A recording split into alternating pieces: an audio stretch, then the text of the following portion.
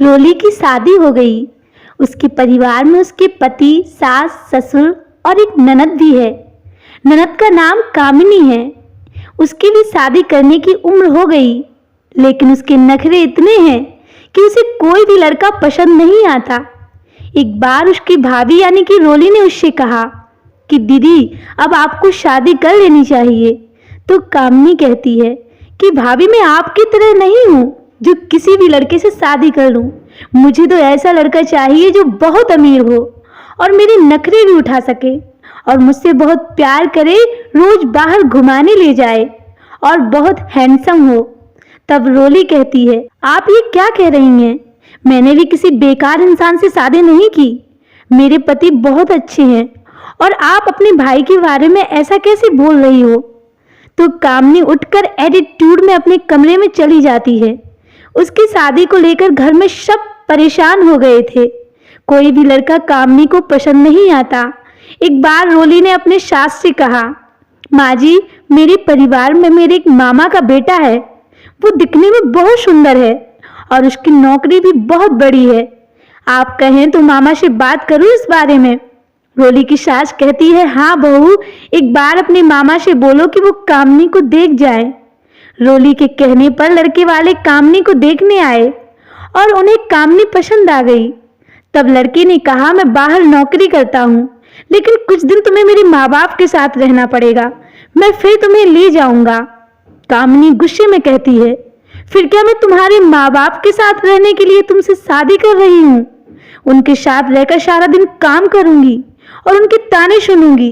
कामिनी की बात सुनकर रोली के मामा बोले, बेटा रोली, मुझे तो लगा तुम्हारी ननद बहुत अच्छी होगी, लेकिन ये तो बिल्कुल भी समझदार नहीं है। तुम्हें हमें यहाँ नहीं बुलाना चाहिए था। ये बात बोलकर वो वहां से चले गए। यहाँ रोली की सास कामिनी से बहुत गुस्सा हुई, पर कामिनी किसी की नहीं सुनती।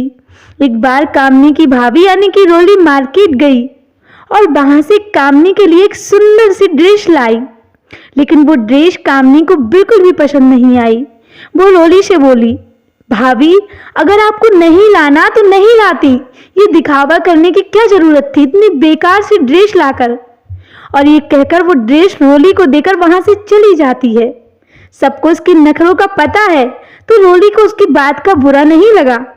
दिन बीतते गए। एक बार फिर से कहीं से कामिनी को देखने वाले आए।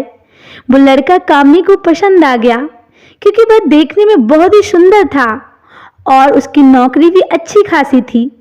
कामिनी ने बोला, शादी के बाद मुझे तुम्हारे पेरेंट्स के साथ तो नहीं रहना पड़ेगा?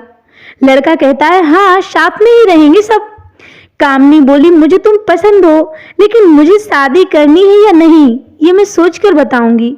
तब लड़के वाले वहां से चले जाते हैं। इसके बाद रोली ने पूछा, कामिनी, क्या हुआ? लड़का तो तुम्हें पसंद है, फिर शादी करोगी या नहीं, ऐसा क्यों कहा?